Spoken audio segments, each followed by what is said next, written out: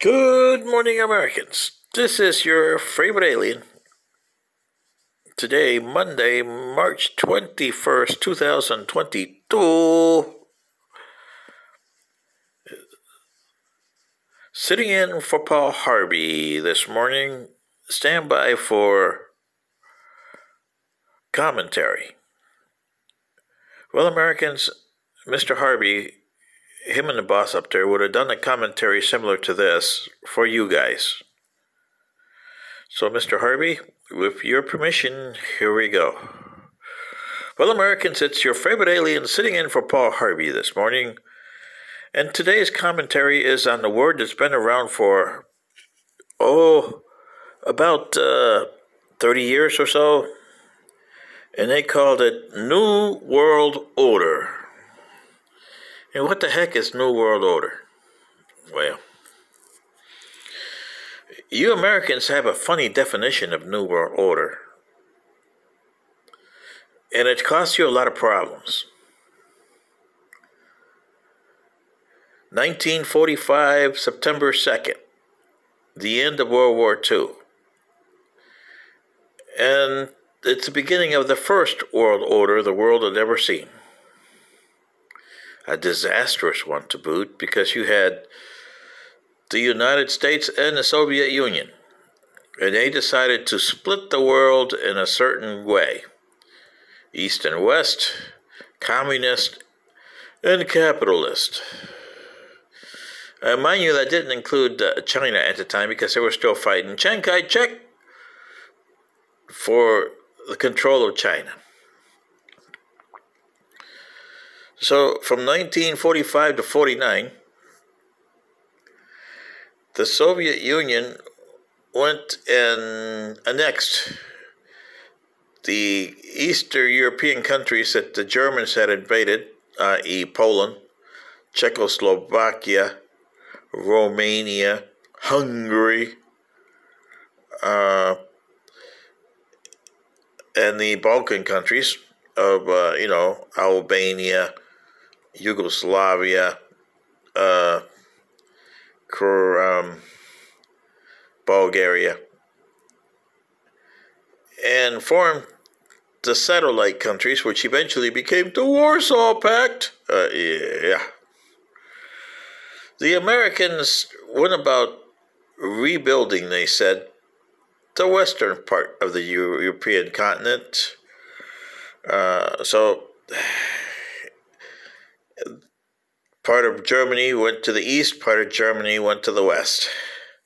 So East and West Germany, except the capital of Berlin was in the eastern part, and it was divided into 4 sectors.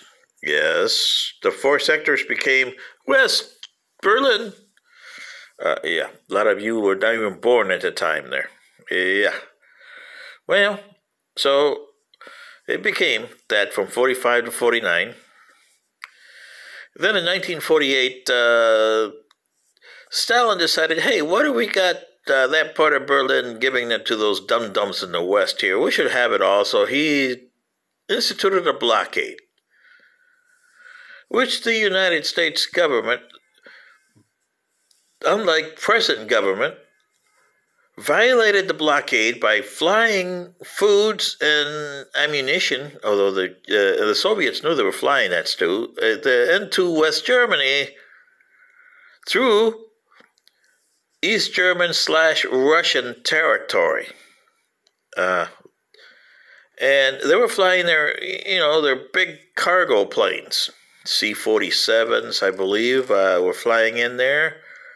And unbeknownst to me is, okay, what does that have to do with today in Ukraine? Well, if they flew in those big cargo planes through that, the Russians or the Soviets could have fired on them because they're violating their territory. They let them have what they had and eventually resented there, right? Because it was the strength, I guess. They didn't want another war. And this is what President Biden doesn't understand. Giving the MiGs over to the Ukrainians, they're Polish MiGs, no matter who gives it to them, the Polish or the Americans, they're Polish MiGs. They're not American MiGs. America doesn't make MiGs. Uh, that just is part of what you're doing, violating the war with Putin by giving them other ammunition. So why should that be different? The Soviet Union put the blockade out. You went over there and told them, okay, you want the blockade, do something about it, but we're going to fly in these things, you shoot them down and cause another war. And I don't understand President Biden. He should give those MiGs over there and say, this is the red line. President Truman said, this is the red line. We're not going to take you, even though it's a small little sliver, and taking the whole city of Berlin to be communist. No.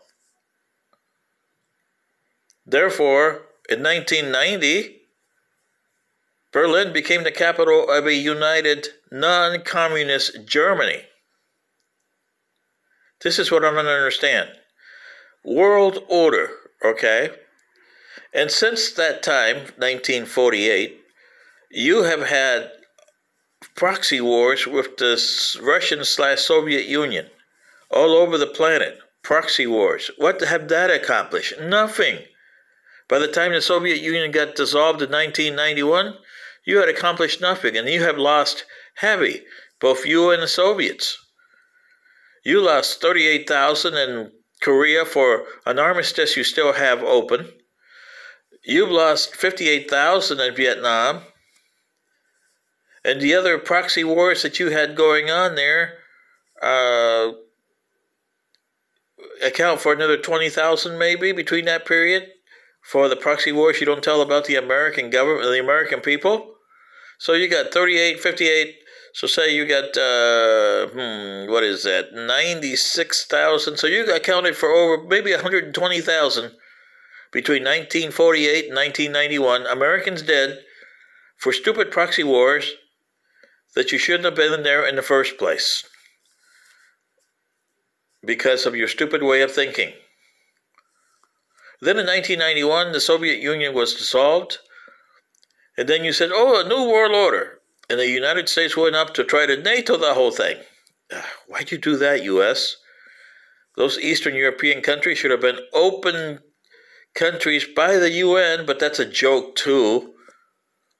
And the NATO is becoming a paper tiger. So the Russians know that the NATO is a paper tiger. Hey, if I were NATO, I would supply the MiGs, and I would tell the Russians, okay, you want